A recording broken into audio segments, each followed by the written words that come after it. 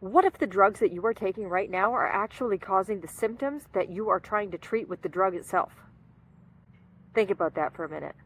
What if the drugs that you are currently taking, the medications that you are currently on, are actually causing the symptoms of the diseases that you apparently have? I've got right here a list of a whole bunch of drugs, medications, that their side effects include the symptoms that the drugs themselves are prescribed to treat. Now that is a perfect business model, isn't it? The perfect way to get somebody to keep taking the perfect way to get somebody to keep taking a drug is to make sure that the symptoms never go away. How do you make sure the symptoms never go away? Have one of the side effects be the symptoms that you're trying to treat. This came up when I was reading the insert for an asthma medication I was prescribed years ago. And one of the side effects for the asthma medication was shortness of breath. Because it was funny, I was finding myself feeling very short of breath, more so after taking this asthma medication again and again, because I ended up going to the hospital and I told them, I said, look, I was having an asthma attack and I took this inhaler, and I said it made it worse. And they looked at me like, nah, no, you're full of shit. And I'm like, seriously, I like, it got worse and worse, and I kept taking it, and I felt like my chest was filling up. I had no room for air. Like, every time I took a breath in, the oxygen was not leaving my lungs and going into my body. It felt like that was like I was being stonewalled, like oxygen going in, but not oxygen going anywhere else. Really late going to my doctor and letting him know that, hey, this medication made it worse. And he's like, oh, it doesn't make any sense. I'm like, oh, that's what happened. And I read the insert and it said, symptom, shortness of breath. So, anyway, don't take that.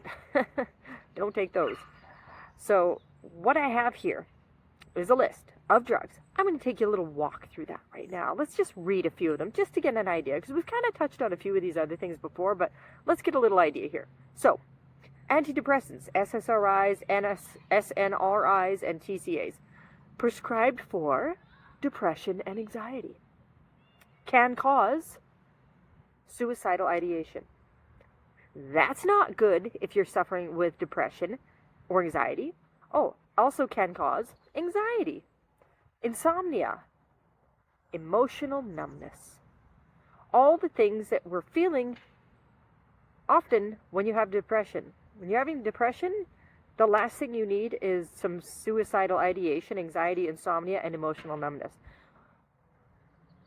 So they prescribe things like Prozac and Zoloft and Effexor, but those things cause emotional numbness, insomnia, anxiety, and suicidal ideation. So let's say something happens to you in your life, something really terrible, and it puts you into a depression.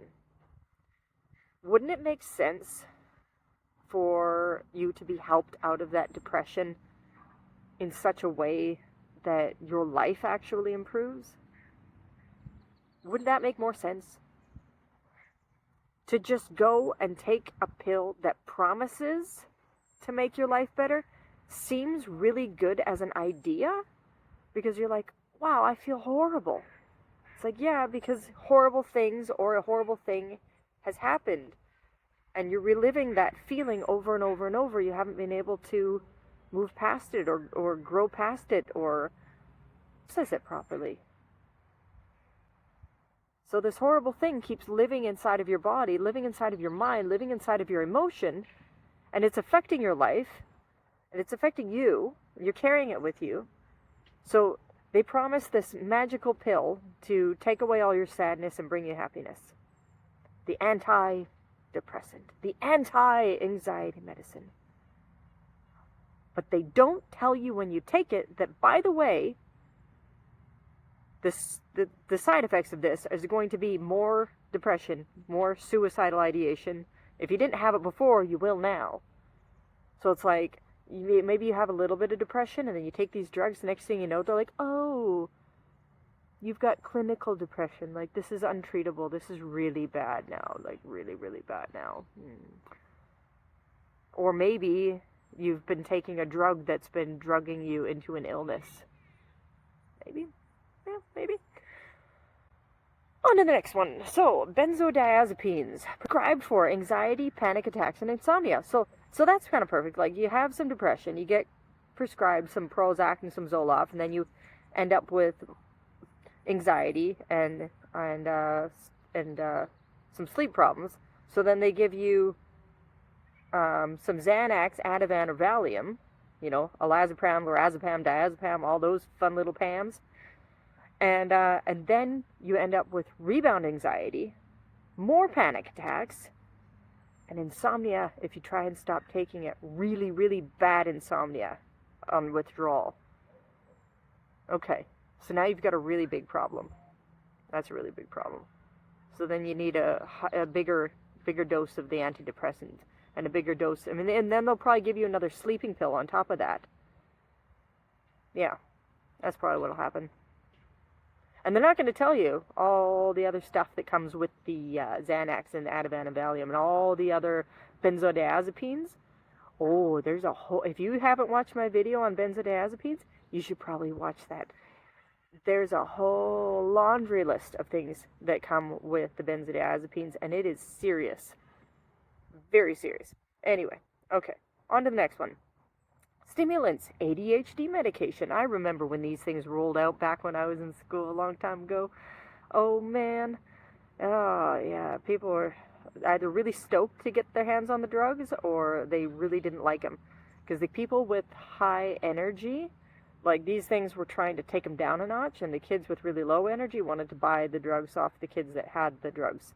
So it was a very backwards, horrible thing to bring into the school system, because it just induced drug dealing in middle school. So that was a fun side story. So ADHD medication, prescribed for attention deficit hyperactive disorder and narcolepsy.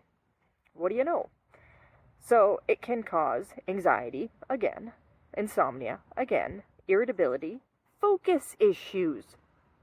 Huh. Especially at prolonged doses. All right, so the longer you take it, the worse your focus becomes. Perfect, because then you need it more. You'll need more medication for your attention deficit problem. But the longer you take it, the more focus issues you have. So then you need more. So then you take more. And around you go. Examples are Adderall, Ritalin. These are the perfect storm. Because now, like, if you didn't have anxiety before, now you do. Everything here is causing anxiety. Wonderful. If you didn't have insomnia before, now you do. If you weren't irritable before, now you are.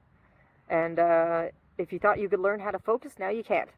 Good luck. Not well on this drug, because it will make sure that you stay unfocused. Congratulations. Focusing is something that everyone can improve upon when given the right techniques and the right support. Everyone can improve. I guarantee it.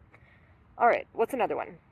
Proton pump inhibitors, PPIs, prescribed for acid reflux and GERD. Now, again, it causes rebound acid reflux. So if you have a symptom once or twice, instead of looking at what you're eating, when you're eating, what you're eating with, are you drinking while you're eating, what you're drinking with, are you stressed out before you eat, things like that kind of matter, you're just popping some acid reflux stuff, and next thing you know, you've got nutrient malabsorption, and which worsens your gut symptoms and makes you sick and unfocused and all kinds of things. Because if you're not absorbing, you're probably going to be hungry a lot more. So your body gets full on nutrition, by the way. So you'll just keep getting hungry and hungry. And then if you overeat, then you put yourself at more risk of having acid reflux problems. You're going to have digestive issues. And examples are Nexium and Prilosec, or that's weird to say, omeprazole, esomeprazole, what names? So again, you take some medication for acid reflux or GERD, and you end up with rebound acid reflux. Now you're in the loop. Now you get to keep taking your medication. Because to come off of the medication, you would have to look at other reasons why you're having the acid reflux in the first place. Number one cause of indigestion, stress. Number two, what you're eating and what you're eating it with, what you're drinking with it. Are you eating too much acidic food? Do you need to alkaline your body? There's lots of things you can do to fix this. Anyway, on to the next one. Corticosteroids, prescribed for inflammation, autoimmune disease, and asthma. All right. Immune suppression, worsening infections, and mood disturbances. So you're taking this because you've got a supposed autoimmune disease.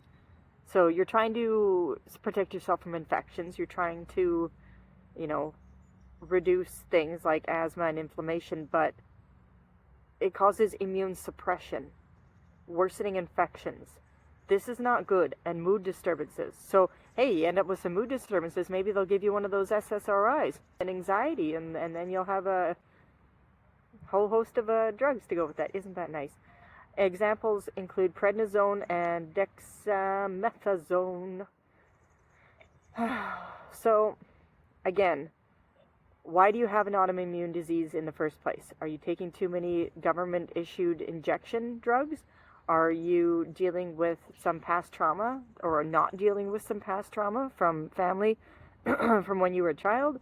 Autoimmune disease is a really interesting thing, and sometimes it can actually be brought on by trauma in your earlier years.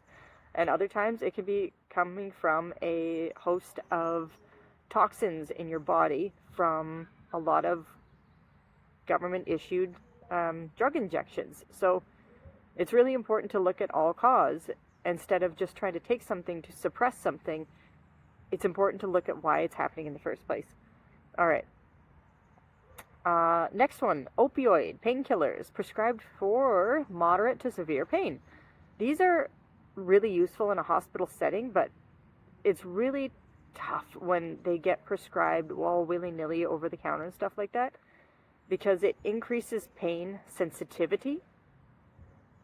And that's really interesting because like a lot of people dealing with like a chronic illness or something like that, or chronic pain, instead of looking at where the pain is coming from and helping to release the pain, it's making the person more and more sensitive to the pain, more and more sensitive to the pain.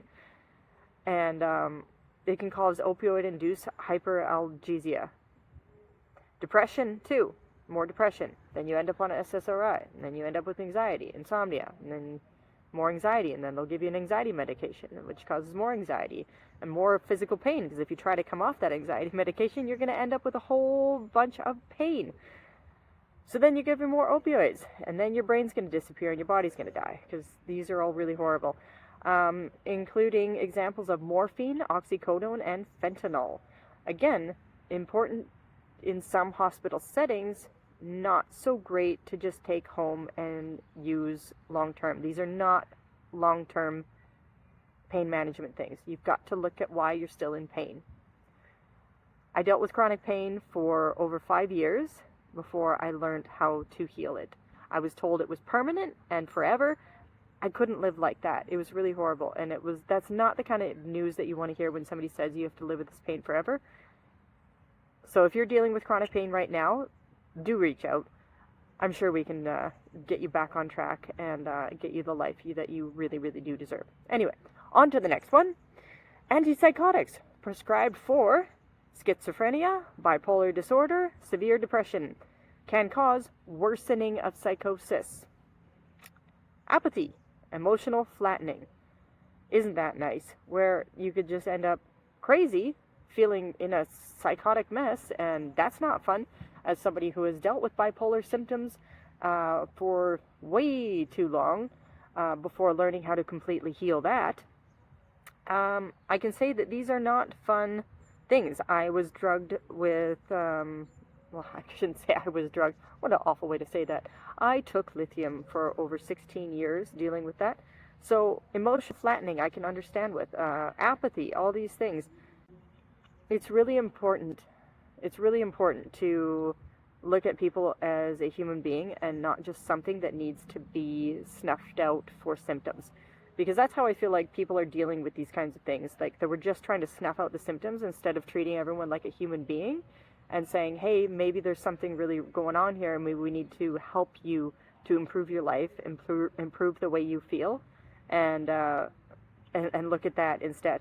So examples include Seroquel, Respirodol, and Zyprexa. So that would be quitapine, risperidone, and olazapine. Fun names. All right. Next one is antihistamines. So these are really tricky. I used to suffer with allergies for a long period of time, and I took a lot of antihistamines. And they didn't really seem to help ever. In fact, my allergies got worse and worse until I actually addressed what was going on, fixed my mucus problems, and now I have more flow in my body. I don't get seasonal allergies anymore. Prescribed for allergies, sleep, and motion sickness. That's interesting that they would prescribe it for sleep. Whatever, I guess if everything's got a side effect, everything has a new thing to use it for. So it can cause rebound histamine release when discontinued. Okay, drowsiness and irritability. That makes sense because my allergies, like I said, they got worse and worse until I just went cold turkey from taking these things and addressed the real root cause to get a handle on this and get it gone. And drowsiness and irritability. I've always known that it's caused drowsiness, and I know you can get the ones that seem like they've got like a stimulant in them or something like that to keep you up during the day, but again, not that great. Causing irritability. That makes sense. My husband took some of those antihistamines the other week, and that was pretty obvious come the end of the day. Examples include Benadryl and hydroxyzine. So diphenylhydramine and hydroxyzine.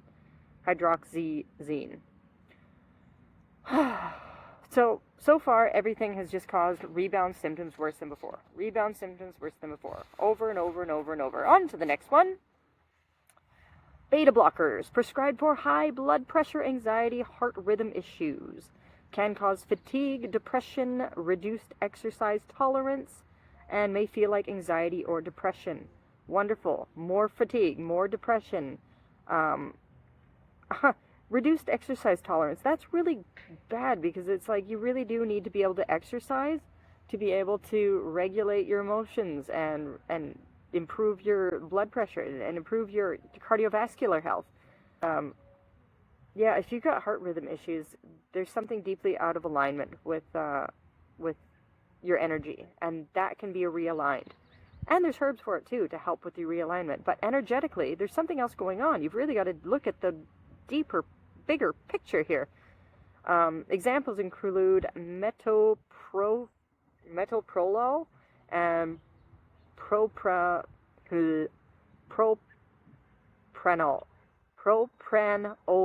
I don't know why that was so hard to say. Propranolol. Much fun names. Alright, so again, high blood pressure. If you've got blood pressure, you can take cayenne in a capsule as a supplement. It is blood pressure regulating. So whether you've got high blood pressure or low blood pressure, it helps to regulate both. It is intelligent and it's wonderful. And if you're thinking to yourself, I don't do spicy things, then you can work on increasing your, pancreatic function. Get those gastric juices flowing properly. Maybe take some slippery elm for a week before to amp up your pancreatic function before you start taking the cayenne, and then take the cayenne with food to reduce any possible stingray because nobody wants that. And then what's next? We got sleep medications, Z drugs prescribed for insomnia because, everything else on here causes insomnia. So, of course, there's got to be a drug specifically for insomnia. The problem is, it causes rebound insomnia. Oh, and nightmares. Just in case you do fall asleep, you get to have some nightmares. What horseshit is that? Oh. And parasomnias? Drugs include Ambien and Lunesta. I've heard crazy things about those drugs. But yeah, the fact that it causes rebound insomnia, another perfect business model of having to take a drug to get rid of the symptoms that the drug is causing so you'll never get off the drug. And nightmares. Who doesn't want a bunch of nightmares? Such terribleness. Alright, anyway. Antibiotics prescribed for bacterial infections can cause gut dysbiosis, leading to symptoms like fatigue, brain fog, and digestive issues. So when you've got bad gut health, you get infections easier. So then you'll need more antibiotics that they'll come in and wipe out your gut microbiome, and then you'll get infections easier. Next thing you know, you get infections all the time. Examples include ciprofloxacin, and amoxicillin. I think antibiotics should be used very specially in life or death situations. Otherwise, we should be really just looking at amping up our health to protect us against minor infections, because these should be used only in life-saving situations, not all willy-nilly for every little infection that we get. We need to build up ourselves to be stronger, not weaker. And these things definitely weaken you, so use them wisely. Next one, birth control pills. Prescribed for hormonal imbalances, acne, and menstrual regulation. I remember working with somebody who was prescribed this for PMDD, and it did not help, not one bit. She came and saw me, and we got that PMDD solved in less than 6 months, and it has not come back for her. So, yay. Yeah. Prescribing this stuff is terrible because it causes mood swings, depression, and hormonal imbalances. And that's usually the things that often come with PMDD is mood swings, depression, hormonal imbalances, even sleep disturbances, and like rage issues. It doesn't feel good. It's not a fun thing to be dealing with, and nobody should have to deal with that. Examples include Yaz, Ortho, Tricycline, and Lustrin. So if you're dealing with hormonal imbalances, acne, menstruation issues, there are so many other things you can use. Oh, there's just, I can't even get into them right now, but honestly, it's so easy to help these things. You don't need to take these drugs that make things worse and give you rebound symptoms. All right, what's next? Migraine medications. Yippee! Prescribed for migraines can cause rebound headaches. Ugh. Medication, taking it causes rebound headaches. Okay, so either way, you're taking migraine medication that'll get rid of your migraine for maybe a little bit, but then you're guaranteed to have it come back again and again and again. Perfect business model. Examples include Imitrex, so that is sumatriptan, and Zomig. Zolmitriptan, fun names. Again, we should be looking at the root cause of the headaches. Where are they coming from? Why are you having them? And get rid of them once and for all, because there's always a reason that your body is giving you pain signals. They don't just happen. Like, a headache isn't a thing on its own. It is a symptom of something bigger happening, something more serious. And if you just keep trying to snuff out the symptoms, your body's just going to keep screaming louder and louder and louder until you freaking listen or die. All right, what's next? Antacids and H2 blockers prescribed for heartburn and ulcers. Can cause long-term dependency, rebound acidity, B12 and magnesium deficiency. Examples include Zantac, ranitidine. Oh, it's been discontinued. Yeah, I heard Zantac was causing cancer. And Pepsid, flamotidine. All right. So that's good that Zantac is discontinued, but not after it caused a whole bunch of cancer. Yeah, long-term dependency and rebound acidity. And having deficiencies in B12 and magnesium is never good. So if you've got heartburn and ulcers, again, we need to look at your stress level before you eat, and what you're eating and what you're eating it with. Sometimes it's just a food combination thing. Other times you need to increase your pancreatic function and look at your other like digestive enzymes. It's really interesting that there's so many drugs to just put a Band-Aid over these kind of things, but the Band-Aid is in fact infected with poison itself and just keeps getting you sicker and sicker and sicker. So that's what I have for you today. I hope you learned something, and if you are dealing with any of these things, please reach out and join my school community, Mind and Body Rebuild, and I look forward to chatting with you more about this fun stuff.